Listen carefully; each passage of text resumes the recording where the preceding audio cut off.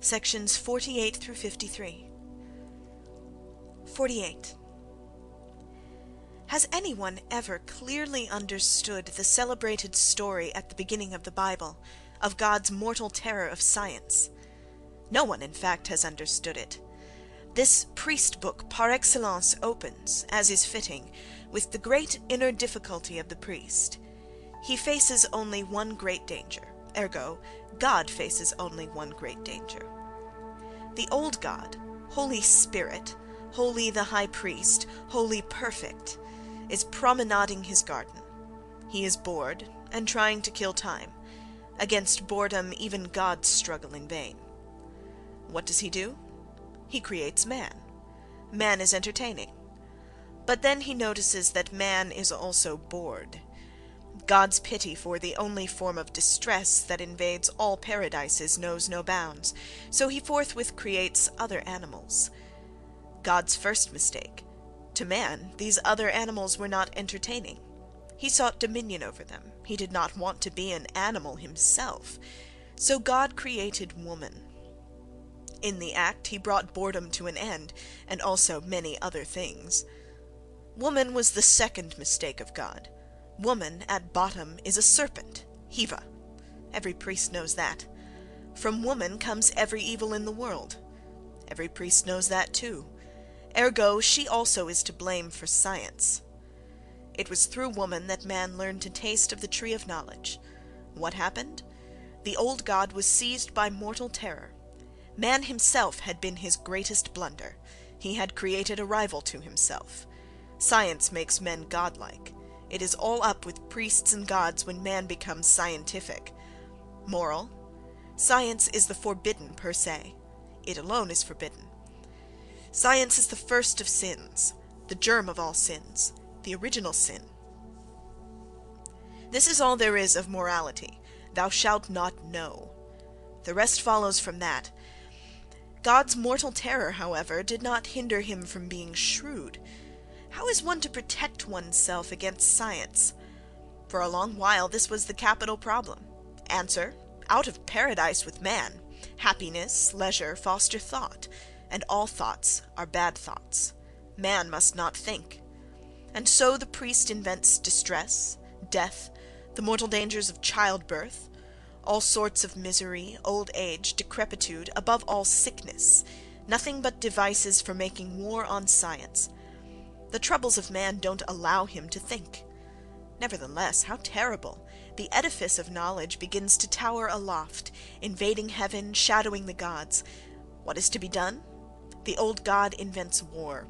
He separates the peoples. He makes men destroy one another. The priests have always had need of war. War, among other things, a great disturber of science. Incredible! Knowledge, deliverance from the priests, prospers in spite of war. So the old God comes to his final resolution. Man has become scientific. There is no help for it. He must be drowned. 49. I have been understood. At the opening of the Bible there is the whole psychology of the priest. The priest knows of only one great danger, that is, science, the sound comprehension of cause and effect. But science flourishes. On the whole, only under favourable conditions. A man must have time. He must have an overflowing intellect in order to know. Therefore man must be made unhappy. This has been, in all ages, the logic of the priest. It is easy to see just what, by this logic, was the first thing to come into the world: sin. The concept of guilt and punishment, the whole moral order of the world, was set up against science, against the deliverance of man from priests. Man must not look outward, he must look inward. He must not look at things shrewdly and cautiously to learn about them. He must not look at all. He must suffer. And he must suffer so much that he is always in need of the priest. Away with physicians. What is needed is a saviour. The concept of guilt and punishment, including the doctrines of grace, of salvation, of forgiveness, lies through and through, and absolutely without psychological reality, were devised to destroy man's sense of causality. They are an attack upon the concept of cause and effect. and not an attack with the fist, with the knife, with honesty and hate and love. On the contrary, one inspired by the most cowardly, the most crafty, the most ignoble of instincts. An attack of priests, an attack of parasites, the vampirism of pale subterranean leeches, when the natural consequences of an act are no longer natural, but are regarded as produced by the ghostly creations of superstition, by God, by spirits, by souls, and reckoned as merely moral consequences, as rewards, as punishments, as hints, as lessons, then the whole groundwork of knowledge is destroyed. Then the greatest of crimes against humanity has been perpetrated. I repeat that sin, man's self-desecration par excellence, was invented in order to make science, culture, and every elevation and ennobling of man impossible. The priest rules through the invention of sin. 50. In this place I can't permit myself to omit a psychology of belief, of the believer, for the special benefit of believers. If there remain any today who do not yet know how indecent it is to be believing, or how much a sign of decadence, of a broken will to live, then they will know it well enough tomorrow. My voice reaches even the deaf. It appears, unless I have been incorrectly informed, that there prevails among Christians a sort of criterion of truth that is called proof by power. Faith makes blessed, therefore it is true. It might be objected right here that blessedness is not demonstrated. It is merely promised. It hangs upon faith as a condition. One shall be blessed because one believes. But what of the thing that the priest promises to the believer, the holy transcendental beyond? How is that to be demonstrated? The proof by power, thus assumed, is actually no more at bottom than a belief that the effects which faith promises will not fail to appear. In a formula, I believe that faith makes for blessedness, therefore it is true. But this is as far as we may go. This therefore would be absurdum itself as a criterion of truth. But let us admit, for the sake of politeness, that blessedness by faith may be demonstrated, not merely hoped for, and not merely promised by the suspicious lips of a priest. Even so, could blessedness, in a technical term pleasure, ever be a proof of truth? So little is this true that it is almost a proof against truth when sensations of pleasure influence the answer to the question, what is true? Or at all events, it is enough to make that truth highly suspicious. The proof by pleasure is a proof of pleasure, nothing more. Why in the world should it be assumed that true judgments give more pleasure than false ones, and that, in conformity to some pre-established harmony, they necessarily bring agreeable feelings in their train? The experience of all disciplined and profound minds teaches the contrary. Man has had to fight for every atom of the truth, and has had to pay for it almost everything that the heart, that human love, that human trust cling to. Greatness of soul is needed for this business. The service of truth is the hardest of all services. What then is the meaning of integrity in things intellectual? It means that a man must be severe with his own heart, that he must scorn beautiful feelings, and that he makes every yea and nay a matter of conscience. Faith makes blessed, therefore it lies. 51. The fact that faith, under certain circumstances, may work for blessedness, but that this blessedness is produced by an idée fixe, by no means makes the idea itself true, and the fact that faith actually moves no mountains, but instead raises them up where there were none before, all this is made sufficiently clear by a walk through a lunatic asylum. Not, of course, to a priest, for his instincts prompt him to the lie that sickness is not sickness, and lunatic asylums not lunatic asylums. Christianity finds sickness necessary, just as the Greek spirit had need of a superabundance of health. The actual ulterior motive of the whole system of salvation of the Church is to make people ill. And the Church itself, doesn't it set up a Catholic lunatic asylum as the ultimate ideal? The whole earth as a madhouse? The sort of religious man that the Church wants is a typical decadent. The moment at which a religious crisis dominates a people is always marked by epidemics of nervous disorder. The inner world of the religious man is so much like the inner world of the overstrung and exhausted that it is difficult to distinguish between them. The highest states of mind, held up before mankind by Christianity as of supreme worth, are actually epileptoid in form. The Church has granted the name of holy only to lunatics or to gigantic frauds, in majorum Dei honorum.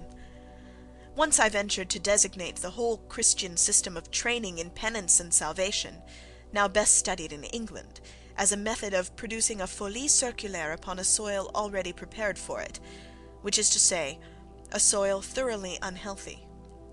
Not everyone may be a Christian. One is not converted to Christianity. One must first be sick enough for it. We others, who have the courage for health and likewise for contempt, we may well despise a religion that teaches misunderstanding of the body, that refuses to rid itself of superstition about the soul, that makes a virtue of insufficient nourishment, that combats health as a sort of enemy, devil, temptation, that persuades itself that it is possible to carry about a perfect soul in a cadaver of a body, and that to this end had to devise for itself a new concept of perfection, a pale, sickly, idiotically ecstatic state of existence, so-called holiness, a holiness that is itself merely a series of symptoms of an impoverished, enervated, and incurably disordered body. The Christian movement, as a European movement, was from the start no more than a general uprising of all sorts of outcast and refuse elements, who now, under cover of Christianity, aspire to power. It does not represent the decay of a race.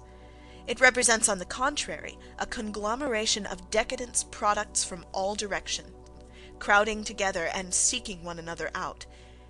It was not, as has been thought, the corruption of antiquity, of noble antiquity, which made Christianity possible. One cannot too sharply challenge the learned imbecility which today maintains that theory. At the time when the sick and rotten Chandala classes in the whole imperium were Christianized, the contrary type, the nobility, reached its finest and ripest development. The majority became master. Democracy, with its Christian instincts, triumphed. Christianity was not national. It was not based on race. It applied to all the varieties of men disinherited by life. It had its allies everywhere. Christianity has the rancor of the sick at its very core, the instinct against the healthy, against health. Everything that is well constituted, proud, gallant, and above all beautiful gives offence to its ears and eyes. Again I remind you of Paul's priceless saying, "And God hath chosen the weak things of the world, the foolish things of the world, the base things of the world, and things which are despised." 1 Corinthians 1:27-28. This was the formula. In hoc signo, the decadence triumphed. God on the cross. Is man always to miss the frightful inner significance of this symbol? Everything that suffers, everything that hangs on the cross, is divine. We all hang on the cross. Consequently, we are divine. We alone are divine. Christianity was thus a victory. A nobler attitude of mind was destroyed by it. Christianity remains to this day the greatest misfortune of humanity. 52. Christianity also stands in opposition to all intellectual well-being. Sick reasoning is the only sort that it can use as Christian reasoning. It takes the side of everything that is idiotic. It pronounces a curse upon intellect, upon the superbia of the healthy intellect. Since sickness is inherent in Christianity, it follows that the typically Christian state of faith must be a form of sickness too, and that all straightforward, and scientific paths to knowledge must be banned by the Church as forbidden ways. Doubt is thus a sin from the start. The complete lack of psychological cleanliness in the priest, revealed by a glance at him, is a phenomenon resulting from decadence. One may observe in hysterical women and in rachitic children how regularly the falsification of instincts, delight in lying for the mere sake of lying, and incapacity for looking straight and walking straight are symptoms of decadence. Faith means the will to avoid knowing what is true. The pietist, the priest of either sex, is a fraud because he is sick. His instinct demands that the truth shall never be allowed its rights on any point. Whatever makes for illness is good. Whatever issues from abundance, from superabundance, from power, is evil. So argues the believer. The impulse to lie. It is by this that I recognize every foreordained theologian. Another characteristic of the theologian is his unfitness for philology. What I mean here by philology is, in a general sense, the art of reading with profit, the capacity for absorbing facts without interpreting them falsely, and without losing caution, patience, and subtlety in the effort to understand them. Philology as ephexis, that is, skepticism in interpretation, whether one be dealing with books, with newspaper reports, with the most fateful events, or with weather statistics, not to mention the salvation of the soul. The way in which a theologian, whether in Berlin or in Rome, is ready to explain, say, a passage of Scripture, or an experience, or a victory by the national army, by turning upon it the high illumination of the Psalms of David, is always so daring that it is enough to make a philologian run up a wall. But what shall he do when pietists and other such cows from Suabia use the finger of God to convert their miserably commonplace and hugger-mugger existence into a miracle of grace, a providence, and an experience of salvation? The most modest exercise of the intellect, not to say of decency, should certainly be enough to convince these interpreters of the perfect childishness and unworthiness of such a misuse of the divine digital dexterity. However small our piety, if we ever encountered a God who always cured us of a cold in the head just at the right time, or got us into our carriage at the very instant heavy rain began to fall, he would seem so absurd a God that he'd have to be abolished even if he existed. God as a domestic servant, as a letter carrier, as an almanac man, at bottom, he is a mere name for the stupidest sort of chance. Divine providence, which every third man in educated Germany still believes in, is so strong an argument against God that it would be impossible to think of a stronger. And in any case it is an argument against Germans. 53. It is so little true that martyrs offer any support to the truth of a cause that I am inclined to deny that any martyr has ever had anything to do with the truth at all. In the very tone in which a martyr flings what he fancies to be true at the head of the world, there appears so low a grade of intellectual honesty, and such insensibility to the problem of truth, that it is never necessary to refute him. Truth is not something that one man has and another man has not. At best, only peasants or peasant apostles like Luther can think of truth in any such way.